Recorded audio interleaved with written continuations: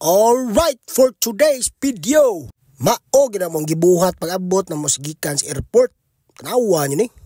O gikan sa airport, among gipangita ang among shuttle service nga gi-provide sa hotel. So bali among gibook dire sa Sheraton, Hong Kong. So kana siya nga hotel na siya free shuttle from airport padung sa hotel mismo hanggang siyempre asap ni padung.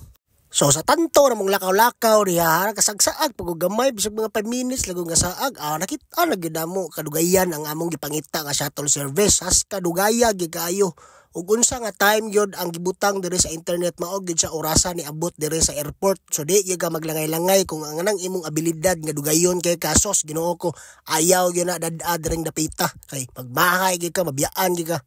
So nakadindot po na nga hotel no kay kung muuli po ka libre po ka ihatod kanila gikan sa hotel padong sa airport. So di ka magmahay. So mo na among hotel ay Sheraton dire gwapo kay na nga hotel di na basta-basta. So kung unsa imong gibayaran mo po lang serbisyo nga ihatag sa imo which is very excellent gyud. Kung 1 to 10, 11 ako ihatag lapas kita kayo gud kay perti mang mayuhay lang serbisyo diha. O pagsupa na mo diha, daghan kay mga guest ay naiuban na check out na, nya na mga na check in, pwede sa ibilin imong bag diha. So pag humana mag-check-in diha, pusit na talargo sa tong kwarto diha. Ay ngay, murag naami dito sa ika-20th floor. So di kita mag-kulba-kulba diha kung naakay pobia-pobia das heights o ikuan gyud na. Og sa in English pa i-endure siguro na imong pagkatalawan sa kabugon niya pero okay ra man kayo. Gwapo kay lang sahog diha, ay carpet style diha. So mo na ko giingon ni mga sa airport nga kung nay lapok imong tiil ay pahil na das carpet. O kaya lang mga staff diha entertain yung ka kasagaran magyud mga nga lahi dili kay sila mo entertain pero kini class A man siya nga hotel so bali i-entertain gyud nila good morning unsa pa na diha. So karon nakasoda tas kwarto o gwapo kay lang kwarto diha sus kompleto kay kape. Unsa pa na diha mga TV flat screen so ang nakanindot gyud ani guys kining view nya dire gikan sa imong kwarto gwapo kay dako kaayong sa amin diha makita nimong ubos. Ay na lagi og dungo og pirte nimong hadlukana og mga tag-as kay nga building.